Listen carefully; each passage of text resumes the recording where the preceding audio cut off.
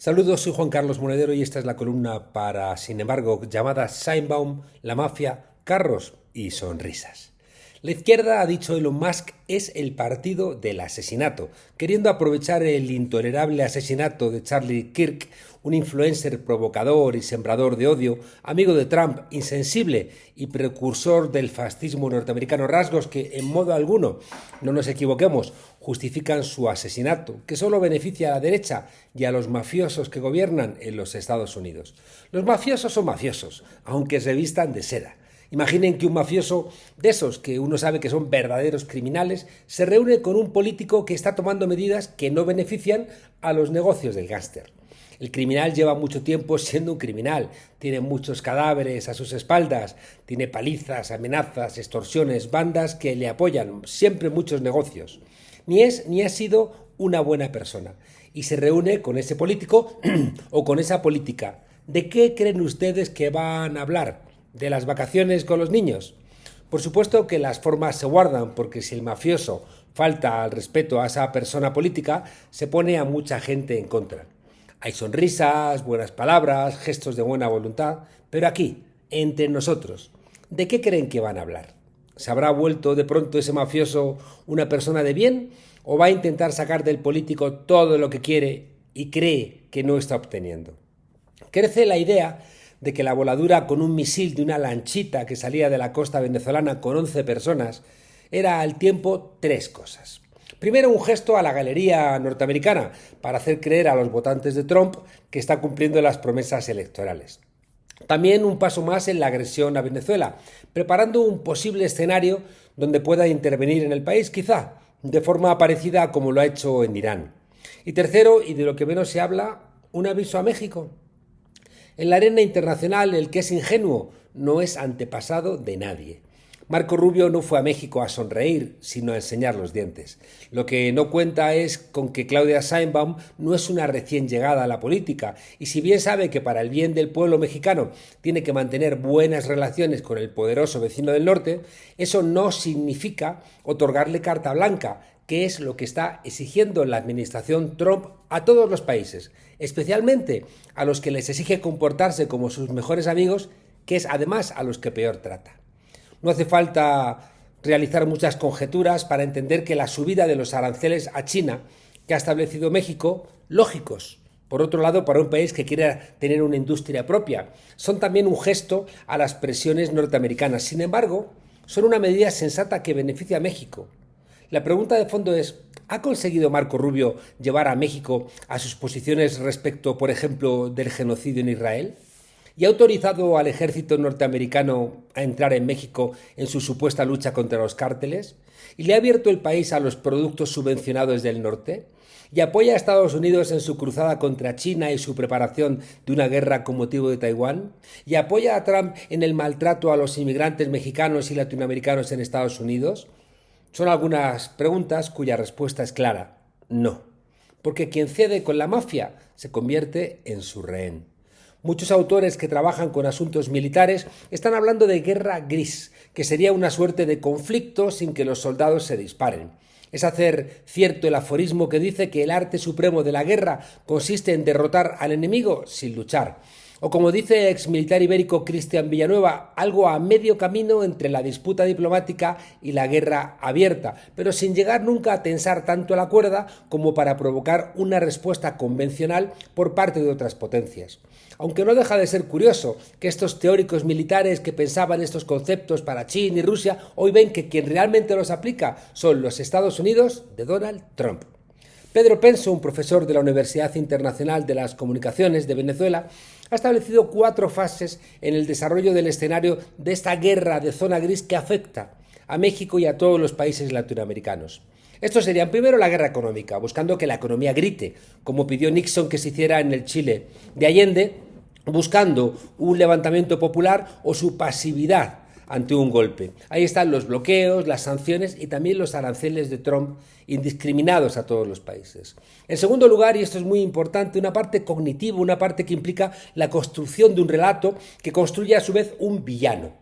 Así se presenta un país como un régimen corrupto, con un gobierno torturador, autoritario, sometido a la violencia, al que hay que pararle los pies.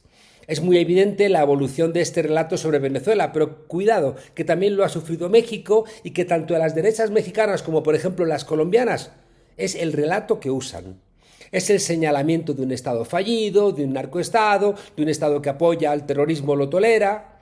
Para eso se inventan el cártel de los soles, del que no hay ninguna evidencia. Y en México, recordemos, el infausto artículo del New York Times que sugería posibles vínculos entre aliados de López Obrador y cárteles de la droga, incluyendo un financiamiento ilícito inexistente de su campaña.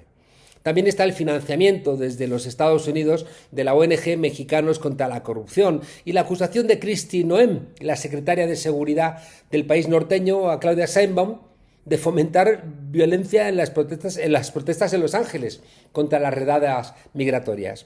No falta el acompañamiento de esta campaña por parte de gobiernos títeres. Por supuesto, ahí está Europa, pero también la golpista peruana Dina Boluarte y la declaración de Claudia Sheinbaum como persona non grata por apoyar al presidente Pedro Castillo en sus legítimas reclamaciones como presidente del Perú. Por supuesto, también juega ahí Felipe Calderón. ¿Cómo va a faltar Felipe Calderón? Pidiendo en Estados Unidos que intervengan para que no pasara la reforma judicial o poniendo en cuestión la democracia mexicana cada vez que habla él, al que Sheinbaum llama con mucha razón espurio porque ganó como presidente haciendo trampas y que no duda desde su refugio madrileño en sembrar mentiras para intentar desestabilizar al gobierno mexicano. En tercer lugar está la propaganda con la inteligencia artificial y la microsegmentación, que es la posibilidad de mandar mensajes personalizados a cada persona concreta para conseguir un mayor efecto emocional y una predisposición contra los gobiernos de izquierda. Y por último, que está más cercano a las posiciones de guerra tradicional, está el uso de grupos de mercenarios a los que llaman contratistas para suavizar su condición y que se blanquean en las series de Netflix, y también grupos armados vinculados a la droga, como el que viene denunciando el presidente Petro, la que llama Junta del Narcotráfico, que puede mandar asesinatos selectivos, incluidos líderes de la derecha o de la izquierda, dependiendo de lo que les interese, poner coches bombas o hacer acciones de desestabilización. Otro elemento de esa zona gris son las maniobras militares que buscan más generar incertidumbre y desestabilizar que realizar una invasión, pero que logran alterar la vida normal de un país con la amenaza permanente, con submarinos nucleares incluidos, que generan la idea de una intervención eminente e imparable. Dice la sociología del lenguaje que la palabra fuego quema, pero que la palabra pan no sacia el hambre. La palabra fuego quema igual que la palabra inhumano te mata cuando te quitan la humanidad llamándote animal o ilegal o espalda mojada. Pero es verdad que diciendo pan 1000 veces no se te llena el estómago. Si te van a mentir con un discurso no basta si tienes el estómago vacío.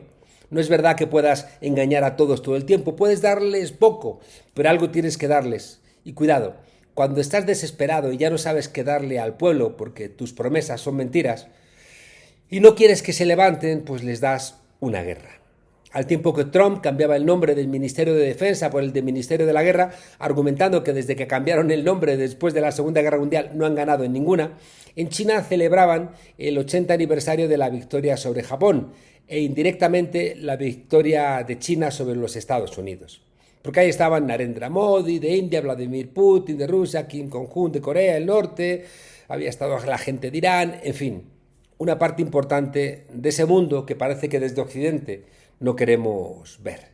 En ese no querer ver tenemos que una de las cosas más desoladoras de los últimos meses ha sido ver cómo Israel reducía a cenizas Gaza, cómo mataba con bombas o con balas o con hambre a decenas de miles de personas, 28 niños cada día, mientras todos hacíamos nuestra vida sin mayor complicación, como si vivir en tiempo real algo que hacen seres humanos como nosotros, a otros seres humanos como nosotros, nos fuera ajeno.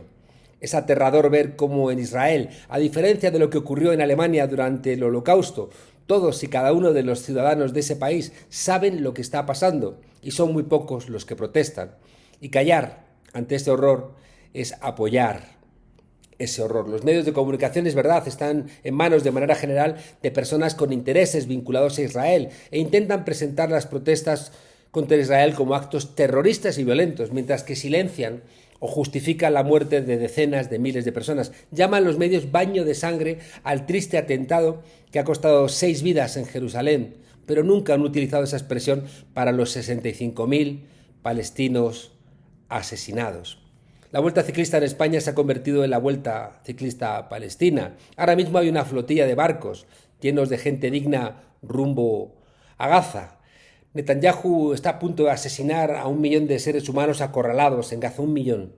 La OTAN bombardeó a Gaddafi en 2011 con la excusa de que iba a entrar en Benghazi y podía asesinar a 1.000 personas. Podía, 1.000. Hacer estas comparaciones señalan a Israel como un Estado realmente terrorista. Y nadie compraría la excusa de la intervención de Hamás el 7 de octubre, que fue terrible, es verdad, pero no olvidemos, sobre un territorio ocupado, cosa que se suele silenciar.